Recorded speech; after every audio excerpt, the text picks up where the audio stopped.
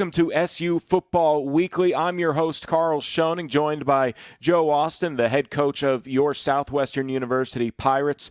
Coach, coming up at the end of the bye week, thank you for taking the time here for SU Football Weekly.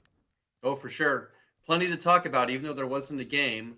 With bye weeks and pandemics and weather cancellations, I'm sure we'll still have plenty to discuss that our parents and fans will want to hear about. Yeah, it's deja vu all over again because we've had this conversation before about, hey, you have on Saturday Louisiana College. So, we talked about it last week that you guys were going to basically be taking it like a new game because you also have opportunity to look at their film. But there has to be some kind of overlap there from prep work that you did with no game film to what you did this week. How do the 2 weeks kind of correlate to where it's like, okay, hey, we're preparing for the same college that we prepared for before the winter storm? Well, there's really not a lot of overlap, to be honest, because we have 2 games worth of data. And so I guess you can draw a few things, but they're very different offensively than what we thought they would be based on previous years. They're very different special teams wise. I'd say the most similarities are with their defense. So I'd say maybe our offensive staff had a little bit less work to do with the second game plan. But I know Coach Kriesel and our defense were really thankful to get 2 weeks worth of games. Coach Ellis and our special teams coaches were really thankful to get 2 weeks worth of games because we'd have been making a lot of in-game adjustments on defense and special teams because they're very different than what we had seen before. Yeah, and that's how this conversation is really different because I got a chance to see what this 2021 Louisiana College Wildcats team looks like. At least, looking at it, it seems like they had 2 pretty different games. They did pick up the 23-17 victory against East Texas Baptist University, and that was a game where they had forced 3 interceptions from the starting quarterback for East Texas Baptist, Aaron Brown. So they brought in another quarterback who also threw an interception. So 4 total on the game. Their defense played pretty well. Their offense was mostly ahead of that game, so they could kind of play their system. But then you go to the next week, and against Belhaven, they're down 20-3 going into the fourth quarter, and they actually win the fourth quarter 21-13 in kind of a wild fashion where they scored 2 quick touchdowns, but that forced Aaron Palmero to go from 18 pass attempts 1 week to 39 the next week. So you really do have a good idea of what this team is, having played 2 really separate, kind of different style games. They did a really good job against East Texas Baptist, who's a very good team. And you mentioned the 4 interceptions, but they also in the first quarter got a 5th turnover when East Texas Baptist muffed a punt. And so what Louisiana College did was they forced turnovers, and then they were very opportunistic. When they got a short field from an interception and from the muff punt, they turned it into points. And that was their path to victory. They did exactly what they needed to do. Last week, Belhaven got off to a fast start. And what Belhaven's defense did is they made Louisiana College a little bit one-dimensional. They took away their run game. And as the game went on, Louisiana College's pass offense really got going. And as you mentioned, they won the fourth quarter, and they threw the ball very well in the fourth quarter to make it a really tight game. So I think you're right. I think over 2 games, I think we've gotten to see quite a bit of what their team's all about this year. We've seen them in some different situations. We've seen them line up for onside kicks. I mean, sometimes you can watch a whole season's worth of games on a team, and they're never in an onside kick situation. Well, we've seen how they line up to recover an onside. So we've gotten a lot of good information in a lot of different areas that I think is going to let our offense, defense, and special teams staff, put our players in the best possible situation we can from a coaching perspective. Yeah, and that's kind of really how it is. You and I talked about how that Louisiana College had not played a game yet, so you didn't want to really give them the benefit of film. If they wanted to, make you appointment television on SHN Sports on Saturday, they could. Other than that, we took that game down so they couldn't see you. So conversely, you don't have to worry about that anymore. And I know that that's kind of like you said, you go into a wild card, and now you probably know a team a lot better. And then this kind of brings on the football question, because I always enjoy asking you a football question. Do you prepare for those games where maybe some things go wrong and a team starts out fast and you have to play from behind and open up your offense a lot? Because, like I said, you see the difference between a 61% completion game and a 46% completion game from Saul Palmero, because he did just have to pass that much more, making some of those maybe probably more difficult explosive play attempt passes. So my guess is, like, do you work on that as a team in just football theoretics of, okay, if we fall behind 20-3 going into the fourth, we're going to have a passing fourth quarter? Well, certainly. And you work on it both directly and indirectly. Ways you work on it directly is you work on your faster tempo. If you're trying to save time or get a lot of plays in a short amount of time, we work on it through mental training. We do a lot of imagery and visualization exercises. But from a mental standpoint, how do you handle being behind, no matter what the point of the game is? We also do a lot of training on game situations, how to save time, getting the ball to the official, running out of bounds, downing a punt versus letting it roll. So how do you extend the game, and how do you shorten the game? So we work on those things both directly and indirectly. There's no set of magic plays for a team as far as ahead plays and behind plays in your base package. You're just doing more of certain elements. And so as I think it's from a coaching standpoint, you're just looking at a different part of your play sheet, so to speak, from an offensive perspective, if you're ahead or behind. But from an installation standpoint, all the pieces that you need are going to be there. Yeah, I think we've talked about it before. It always amazes me how many moving parts there actually are in the sport of football. Like, every piece is its own kind of chess piece in its own way. And the way you guys even communicate from the sidelines, it's no longer sort of a guy goes out and huddles and, sends a play in from the sideline. You guys are all lined up to where you can communicate with the sideline very well. And does that, what you were saying there kind of play into that factor? Well, communication is a huge part of it, especially if you're trying to save time and extend the game and get more plays in. The efficiency of your communication is an important piece. And, we're trying to get better at that because we've changed a lot of our communication this year. We've revamped some of our terminology, our formation names, our play names. So as we go through this mini season, one of the things that we're learning and getting better at is getting better and more efficient at our communication. And I think that's something that we can do better at. We haven't been as good in communication our first couple of games, and hopefully, if we get into a situation in this game where the efficiency of our communication is going to be a deciding factor, hopefully, we'll do really well in that situation. I was a communication study major in college, and I can tell you that there's no such thing as perfect communication. Because, how many coaches do you actually have on staff that have game day responsibilities that, essentially correlate with what you're doing on the field? Because you guys have your own booth up next to us. Well, they're on headsets. That's a lot of communication. Everybody's got a little piece of this and that. But as far as communication goes, on defense, we've got probably 4 or 5 coaches that are involved in communication. On offense, we've got probably 3 or 4. In special teams, it's a little bit fewer. But yeah, there's certainly a lot of people that are watching different aspects and communicating that through the gatekeepers, through the coordinators and the head coach, and then the folks that are disseminating that through to the field. And of course, all of our players on the field are receivers of that communication in one way or another, whether it's through a signal, whether it's audibly. And, everyone's played that telephone game, right, where you pass the message on. Mm-hmm. And it's amazing how from point A in the press box, Coach Kriesel makes a call in the press box. By the time it gets all the way through the defense, unfortunately, it's amazing how much that little change, maybe the play call is 3 words, how it can get missed or how it can get changed.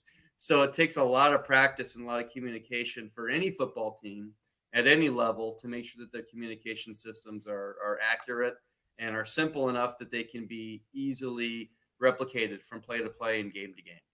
Yeah, and I think I joke about it with a lot of people where it's like the average fan that gets mad at something doesn't understand all of the things that have to almost go right. I remember there was a story a couple years out of Foxborough where people were accusing the Patriots of mixing up the radio signals, making it hard for people to understand and almost kind of trolling them with fake signals. It's like they were picking up some radio station that played 80s music or something. So, when you don't even know what's going on behind the scenes and you really dive into it, I more am just like, oh, hey, I would never probably be able to cut it as a football coach. So, it's always kind of fun to hear like what I probably am glad that I never got into coaching on at that level, because it's sort of crazy how really complicated it does get. Like, you got to have a comms guy, you got to have all of the things you got to set up for after the game. So, so much goes into your job that it's always fun for me to just kind of pick your brain for a couple questions a show just to kind of understand that a little bit better.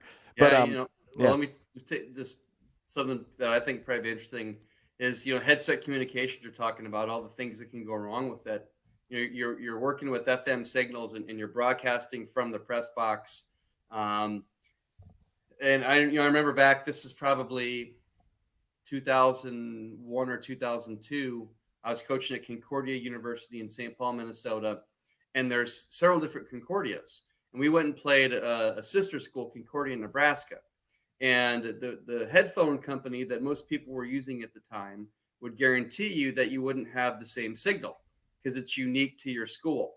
Well, both schools are named Concordia. We show up and we both had the same headphone signal. So we both turn on our headphones and it's the party line. We're all, and everybody's like, hey, is this? Yeah, is this? And so all of a sudden you hear, oh, bleep. And they turn their, the home team, we're playing at Concordia, Nebraska, turns theirs off. And so what you have to do in that situation is you have to give preference to the away team. So if something goes wrong, the home team loses their communication and the visitors get to keep it.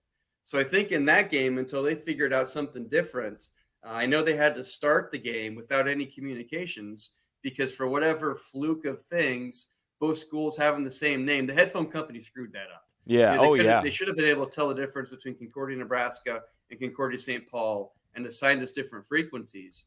But I mean, who would have thought it, right? That something like that could ever come across and happen. But there's always things that happen, and the communication aspects of stuff is really interesting. And headsets go down in the NFL. It just happens. There's communication problems all the time. Yeah, and and that just kind of circles back to the point where it's kind of like any other sport. You have to deal with the press box to see the high angle, to talk to the people on the field angle, because it really is just a different perspective to, see the game, and it's a necessity to be able to communicate. But you take me into a funny point to get me back where I was going to go. I looked up Pineville today to see how far it was from Georgetown, and it was 14 hours. And I'm like, well, that's not right, because I just mapped this out like 2 weeks ago. The winter storm didn't mess things up that bad, but it was going to Pineville, North Carolina. You guys will be in Pineville, Louisiana, and I double checked that, and it's back to 6.5 hours. But it's sort of not your Belton trip, if you will. Things are a little bit different this week. How do things differ going into now? Finally, your first road trip. This one probably is deja vu. I don't think we talked about this, but like, how was your game week schedule different with the road game? Well, there's complicating factors in the distance and with our COVID protocols. We're doing our team test on Wednesday, and the goal is to leave Friday morning. But of course, the bus doesn't leave till we have all the results back. Typically, we're getting them back on Thursday, so hopefully all that will run smooth. And the further you go, really, the more wiggle room you have to leave yourself. If we're going to Belton, 45 minutes away, 15 minutes extra on I-35 is about all you got to worry about, because you can get off and take the back road up, and it really can't take you all that much longer. But every time you add an hour, you got to consider, how much wiggle room you might need. So our goal is to get there about 4:30 in the afternoon, because we have 6 o'clock, our dinners get delivered to the hotel. So we have an hour and a half of wiggle room, and hopefully that'll work. When we were going to Belhaven in the fall of 2019, for example, we hit traffic in the Dallas area, trying to get out east on the interstate, and it set us back 2 hours. So yeah. you just never know. So I think we're in good shape, but we've definitely left in enough wiggle room where we can get there, we can be there on time. So we don't anticipate too many problems. 6.5 hours, really, it's kind of a medium range trip for us. There's several trips like that, going out to Sul Ross, going to Louisiana College, a little bit shorter to go to East Texas Baptist. So it's kind of a medium range trip for what we're used to doing. Yeah, and I think that you've done so many road trips that this is just another one. I think the one time that I traveled with y'all, and it was probably the most complicated one, was getting to the mountains in Sewanee. Like that is the University of the South is tucked away. So yeah, that was definitely an adventure. I think we stayed in Chattanooga because Sewanee is like just the school, really. That Hmm. town can't be much bigger than just the school. So. Yeah, it's always interesting just your general itinerary of a road trip. So looking forward to just getting out there. We'll be following behind you because of COVID protocols. Make sure that you guys keep your bubble and all of everybody stays safe, of course. But when we kind of fast forward to Saturday, are there any final thoughts on the Wildcats that you'd like to talk about? With the here on the show that I know you have your thoughts that you're not going to share, but your thoughts that you would share. It's a solid football team, and I think when you look at our division, first of all, I think, and I believe I said this before, we're in the tougher of the two divisions, in my opinion. And there's four. I think UMHB's probably the best team in our division. There's still a chance someone could knock them off, but I'm going to guess they're going to make it through as the number one seed from our division. And then I think the other four teams are pretty tightly packed. You've seen ETBU win and you've seen ETBU lose. Same with LC. Same with Belhaven. So I think this is going to be a four-quarter game. It's going to be a tight game. I think the teams are fairly well matched. It's going to come down to who plays better. It's going to come down to who passes their COVID test this week. That's going to be a big factor, and any contact tracing that might come from it. We're going to be down a little bit. We have had some COVID protocol things we're having to push through, but we're becoming good at that. So I think it's going to be a really good game, and we're preparing our guys to go out and play a four-quarter game and rise to the challenge and enjoy the competition. They are allowing spectators, and so I've communicated that with our parents and for any other fans that maybe know someone in the area are going to just really want to see some Pirate football and want to go 6 hours. Mm-hmm. They're allowing fans. They've got their procedures in place. They have a distance capacity of 3,000, meaning they can socially distance. And their estimate 3,000 fans, and when they've hit that, they're going to close the gates. But it should be a good crowd for us and a good crowd for them. Enough folks are going to be in the stadium where it should be a fun environment for the day. I bet you Slim's gonna be there, so that'll be fun. It was nice. It was nice to walk up and start setting up my equipment, and you just hear "Let's go Pirates," and it's like, okay, I know who that is. Well, this game might be closer to his house than it is to Georgetown, or it's not much difference, to be my guess, but it might be even a little bit closer. Yeah, well, it's always good to have those loud, proud fans around, and we appreciate everybody who makes the trip and makes it out to games. Coach, we have two senior guests today, Mason Biggers and Major George, two names that should be familiar to most Pirates fans because they're both seniors, they're both captains. Can you kind of touch on them before we go into their interviews? Oh, for sure. Mason started his career with some injuries, and he's just gotten stronger, and he's been so diligent. Getting back to where he should be, where he was, I guess, not that he's an old guy, but where he was when he was younger, regaining his speed, regaining his agility. So it's been rewarding for me as a coach to watch him push through his difficulties. And now to be someone that's mentoring our younger players. I think that's just an awesome role that he's taken on, done so well with the challenges that he's faced as a player.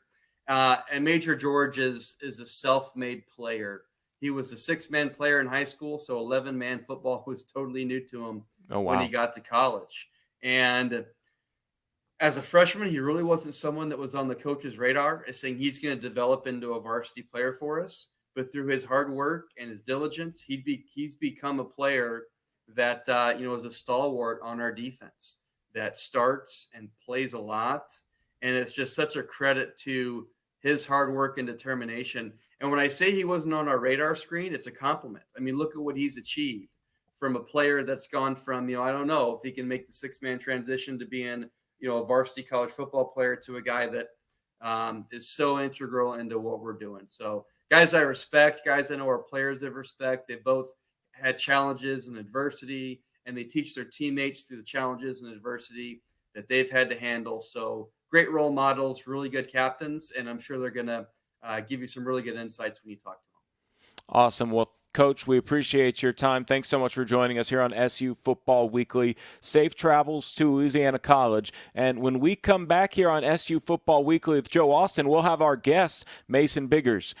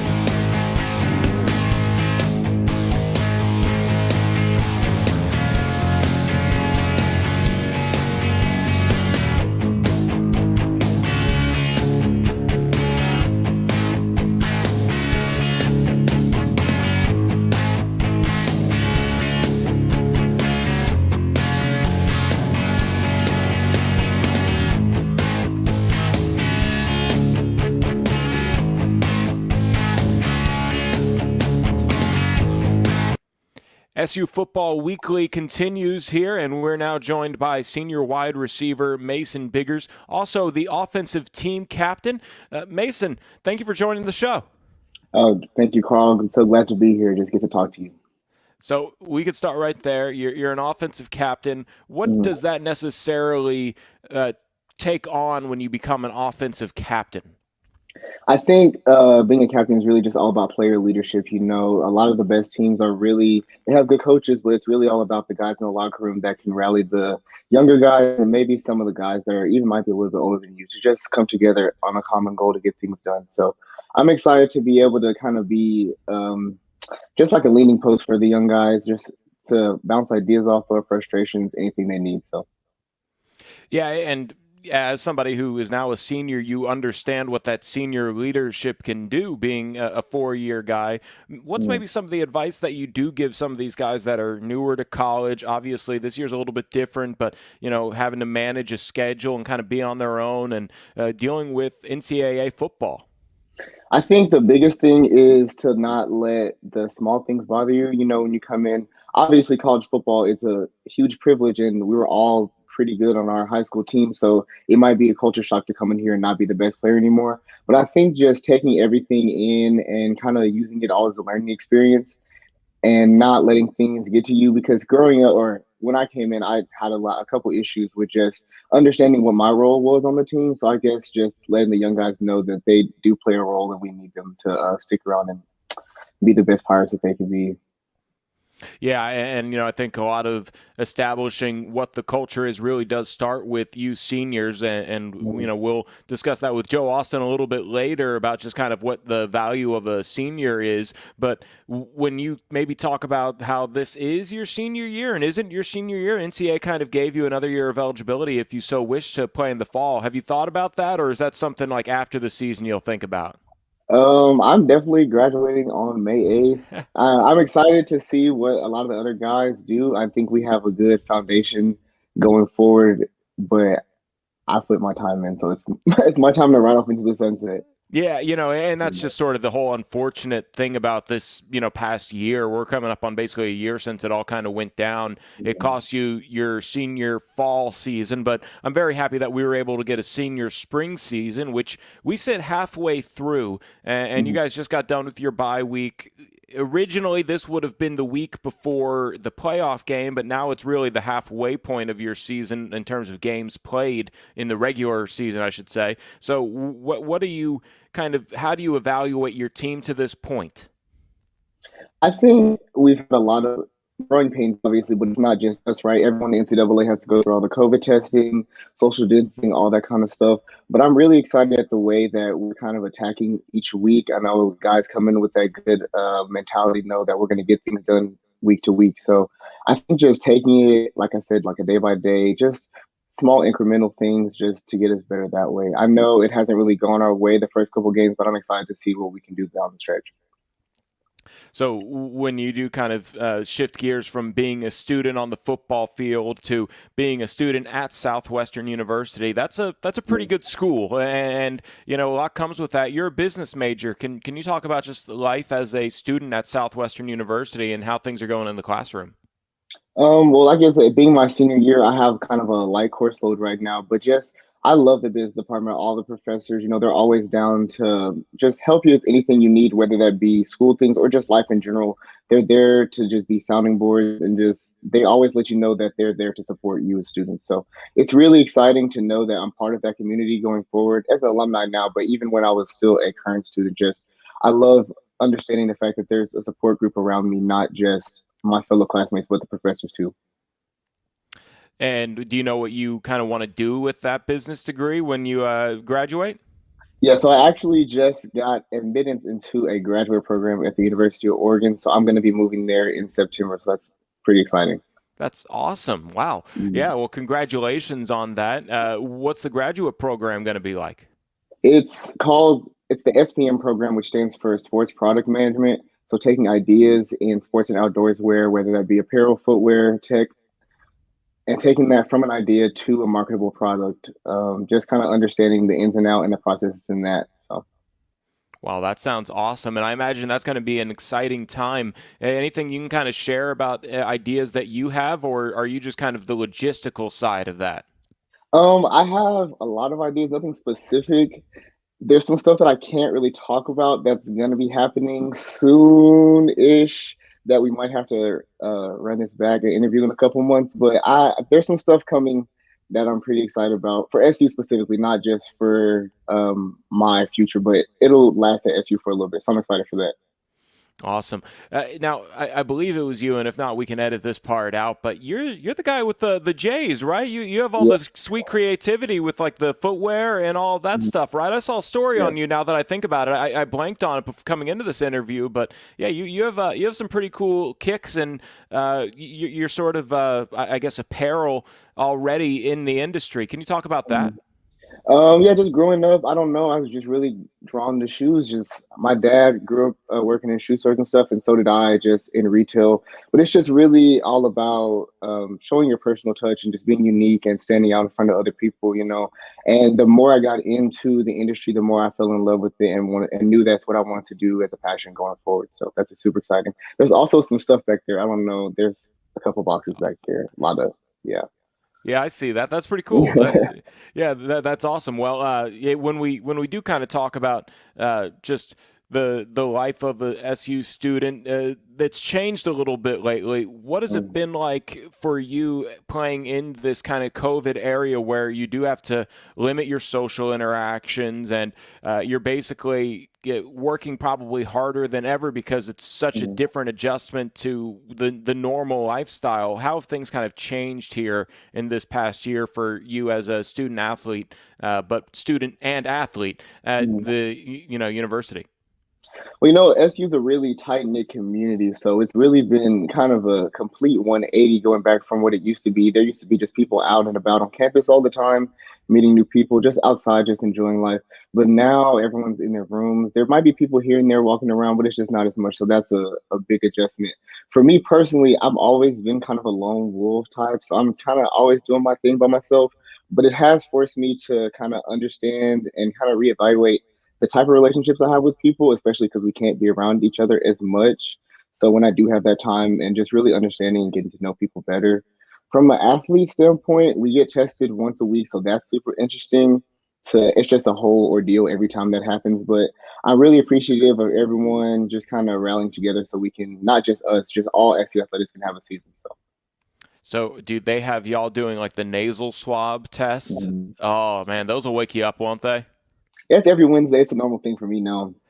Do you get used to it? Because I've only taken it twice, and I've gone to like a kind of a swab 24-hour test. So Mhm. every time, I know that that's probably a little bit off topic there, but do you eventually get used to it on Wednesdays? Because I see those long lines out there at SU to get tested. Yeah, it's just something that we kind of have to deal with now. I'm appreciative. I'm just making sure that I'm safe and everyone around me safe too. So. Yeah, well, we definitely appreciate you doing that. And hey, the floor is yours here. I don't really have any final questions, but my real kind of final question is what would you like to say to the people watching, the fans, the people who have supported you here for 4 years now? You know, it's kind of crazy that you're finally here at the end of this SU journey. So the floor is yours to say what you want. I think this goes without saying, but it's just a huge thank you to everyone. You know, the coaches, the medical staff, student trainers, film crew. Coach Williams always does a great job with that. Really, everyone that's just involved with the program that dedicates their time. And it's not just for us, you know, it's a huge, like I said earlier, community that is really kind of everyone's just excited to be a part of. And I know that it's kind of weird right now, but I'm just appreciative that we get to do something. And I'm excited to see the SU Pirates athletics going forward as well. So. And you know, I take it back. I do have one question to ask because I probably should have started with this, but you know, you were such a fun interview to that we didn't even skip over. You have a game this Saturday, Louisiana College. Can you talk about what's going on with Louisiana College without giving away any of your game plan or anything like that? Just what you see on paper and on film from them. Well, I'm really excited about the trajectory that we have going on right now. You know, like I said earlier, we played 2 tough games to start the season off, and then we had a little bit of delay just here and there, but it's just something we're kind of used to now. But this week, I'm excited to see what we can do. It's our first real road game as a team this year. We played in Belton, which is like 30 minutes. It's not that far, but we're going to Louisiana, so it'll be a big shock for some of the young guys, and I think it's a really good test to see where we are. You know, our side of the conference is pretty even, other than UMHB at the top, but even then, they almost lost last week. They beat ETBU by 2 points. But I really think that it's an opportunity to show that we are really a contender, especially on this side of the conference, and really just make our mark this week. Awesome. Well, we appreciate your time, Mason. Good luck this weekend. Good luck going forward. Sounds like you have a lot of exciting times ahead, and we would definitely keep an eye on just your development as a young man and entering the real world, if you will. Looking forward to seeing what you do after graduation. I appreciate you taking the time, and go Bucks.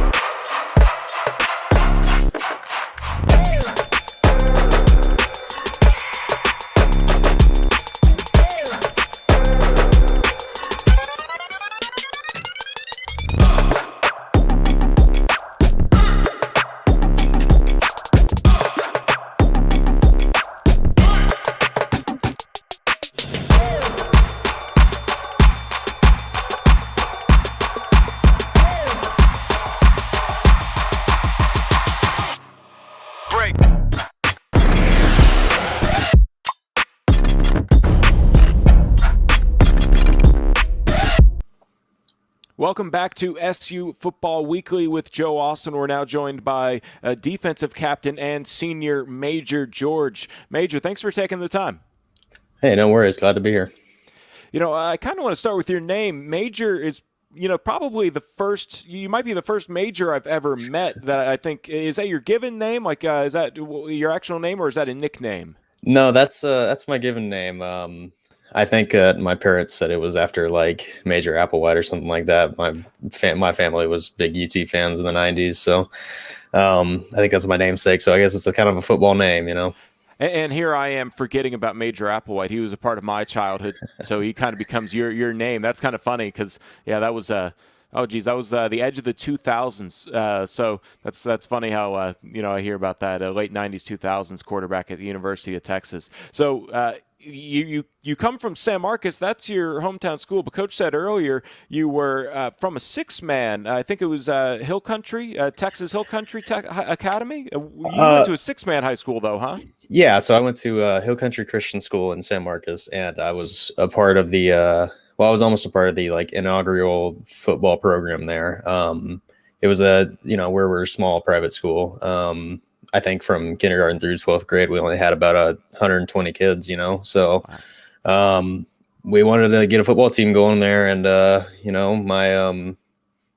my dad helped start that. Actually, he coached for it. The principal said, if you want to have a football team here, you got to coach it. And the only way we could feasibly do that was by playing six-man football. So, so I played six-man football growing up in high school. It was a really different game, but it was a whole lot of fun, honestly. But you are from San Marcos, so it's not like you're from a small town where that's all it is, to where all of a sudden you're talking about a high school that's 120 kids to going to a 100-plus man roster. I don't know how many guys you have on your roster, but obviously your football organization at SU is pretty big. But Coach Austin mentioned that he's really impressed with your development from kind of coming from a six-man to a 11-man football. Can you kind of touch on those kind of differences and where you really need to make your adjustments when you came to Southwestern? Sure. And honestly, it's something that I've thought about before, and I've kind of broken down into years. Like year one, freshman year, I show up here, I don't know a thing, because six man, you do a little bit of everything, but you don't do anything really well. So it's just learning basically 11-man football. I was my freshman year, I did basically nothing but scout team, and then I got in a couple times on special teams, kickoff, kick return, all that. And I think it was a little ways through that year things started to click for me a little bit, and it really happened in the off season. I think is whenever I was able to kind of focus less on how to play just this new game and what to look for and everything, playing linebacker, and more so I could start focusing on what we do as a defense and how to get better at my particular skill set, essentially, like what I'm good at, what I wasn't good at. That said, it took a while. It took a good bit of time for me to get used to that, for sure. I think, but yeah, so freshman year, it was just learning the game, learning 11-man. Sophomore year, I felt like it was learning our stuff. Junior year was perfecting our stuff. And then this year, obviously, is just executing to the best of my abilities. Yeah, because that's a very awesome, 4-year storyline if you look at it from a perspective of getting all the way to the defensive captain. So present day, especially in just the craziness of the importance of senior leadership in this season with how different it is, what are your responsibilities as a captain?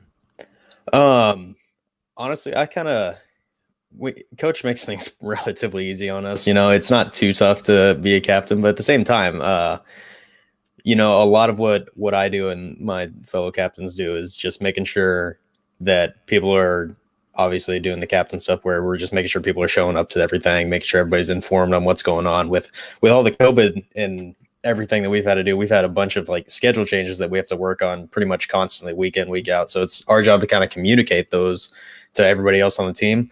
But then more so for like personal duties, I really like to focus on the young guys who come into our program and like make sure that they're getting comfortable, not only on the field, but also just with getting acquainted with college, getting into this new environment for them, because that's something that I struggled with personally when I was a freshman. And it took like the influence of some of the upperclassmen and team captains to like help me kind of adjust to that. And I want to be able to basically inspire the younger guys in the same way that I was when I was one of those younger guys.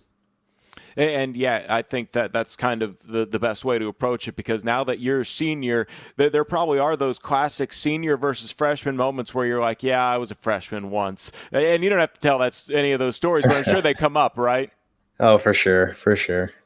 Yeah, I didn't go through that too long ago, but yeah, it was just kind of funny how you thought you had the world figured out, and then you slowly realize that, it's very different by the time you're 21 versus when you're 18 and just coming in. So kind of shifting gears to what's to come, you guys have Louisiana College on Saturday, and it's kind of a redo of this, because all of a sudden, instead of preparing for your playoff game like you originally were going to do, you're preparing for what was going to be your second game, and now it's your third game. And if you're following us with at home, please don't get confused. Basically, 1:00 on Saturday, it's at Pineville, Louisiana. What do you know about the Wildcats?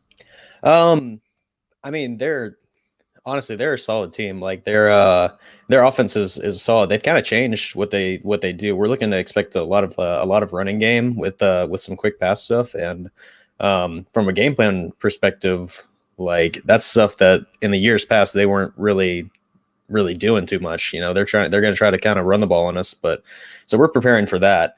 As far as like a team chemistry goes, I think almost all the teams in our conference are pretty even with each other. I think they beat East Texas Baptist, but they lost to Belhaven, which I think just goes to show that in our conference right now, pretty much anybody can beat anybody. And which just means that like it's gonna be a good competitive game, I think, from everything from special teams to offense and defense. I think I'm excited to get in there, and I think we got a pretty good game plan in store for it. What is that kind of how did the preparation change from when you guys had no idea what you were going to be facing because of all the changes they made, and you were going to be their first opponent in the spring season of 2021? So, on top of everything, you're throwing in that wrench, to now, because of that winter storm and rescheduling, you actually have a chance to look at two of their games. Like, what's the kind of difference there? The good thing is for us, I mean, it gave us more time to prepare and come out with a different game plan than we originally had, essentially, without giving anything away. It's just we're basically making our game plan based off of what we've seen in years past, but like that delay and that switch up in time with the schedule, rescheduling and all that, it really made it to where we're going to have basically as best of a game plan as we can have now. Just because that we do have those two games where you've gotten to see now, we know what they're going to, we essentially know what they're probably going to do, versus just kind of not guessing, but just based off of what years past are like. Yeah, it's pretty much echoing what Coach said earlier, just sort of you know what they are 2 weeks ago versus what they were almost 2 years ago at this point. So it's just a lot changes when we're dealing with that. Shifting back to kind of what it's like as a Southwestern student, I was looking at your bio, and it's probably in need of updating because it said you were undecided on your major. Are you still undecided? Yeah. No, sir. I'd be in a tight spot if I was undecided right now, trying to graduate in May and all that. But no, I'm a kinesiology major and a exercise and sports studies minor. Awesome. What do you plan to do with that? I'm not 100% sure yet, but I've been doing internships, and I've been kind of gearing myself up for a kind of a profession in the strength and conditioning field, working with athletes or high school athletes, college athletes, just something along those lines. Yeah, and that's a booming industry because, once we're finally out of this pandemic, that's just going to be almost everybody's focus. Hey, we can, start doing things that we couldn't do for the last year and a half. And I know the average person has gained 12 pounds. I think that's a little understating it for me and maybe some other people. So, it's kind of funny how that's going to be such a huge field and was already lining up to be a huge field. So I'm sure, whatever ends up happening, you're going to have a good time figuring it out and working in the field of sports and health sciences. That's good information to know, just kind of how the human body works in general. Yes, sir. I, that's why and did always just kind of making that decision for me always kind of came back to the point of like I like exercising and I like helping people, and so I might as well put the two together. Do what you love, yeah, because I think that's like it's funny that we start with undecided. It's probably the worst thing to try and change your major, where it's just like, oh hey, I actually don't like this at all, and a solid dozen classes go down the window or something. So yeah, that's always kind of interesting to hear about people's academic journeys. How are things maybe kind of what they were before the pandemic, and how are they right now as a student? Like, how has the things changed in those worlds? I will say, it's a lot different. A lot of our stuff now is virtual, which I'm sure, everybody's going through that. It's a tough change especially when you're used to kind of relying on going to class to, help pay attention and whatever. But, we've kind of adapted to this. And now with the way our school is set up, we're kind of a hybrid. Some classes will be in person, some classes will be online, just up to the professor or instructor's discretion, essentially. And it's been a different kind of way of preparing for things, I guess, because you're not always present in class. You'll sometimes just get lectures sent out and you're expected to just watch them. And it's just it's just another way of learning, which, I mean, the experience of doing it is good to have, because I feel despite how long this pandemic has felt, I don't think it's going to last forever. So, just experiencing this kind of different way of learning has been interesting, but for the most part, I think a good thing.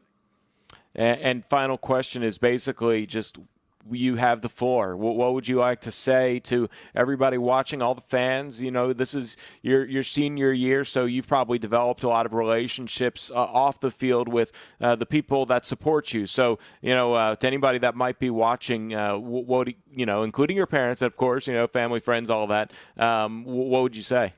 Honestly, just thank you to everyone, my family, my parents, my sister, my my professors who in Kines here, and all the other ones who have been helping me out this past few semesters, as well as my coaches for giving me a shot, essentially. Letting me come join the team here. Then my friends for always having my back and all that, and just literally everybody. I really couldn't have gotten this far without anybody helping me.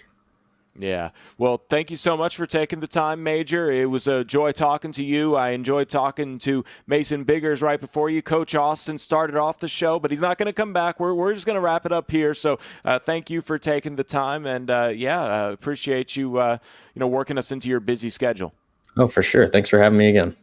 All right, it will do it for SU Football Weekly. Thank you guys for tuning in. 1 o'clock on Saturday. That's 1 o'clock Central Time. I think we're still in the Central Time Zone. You can catch the football game against Louisiana College Wildcats, 1 o'clock here on SHN Sports. Good night, everybody.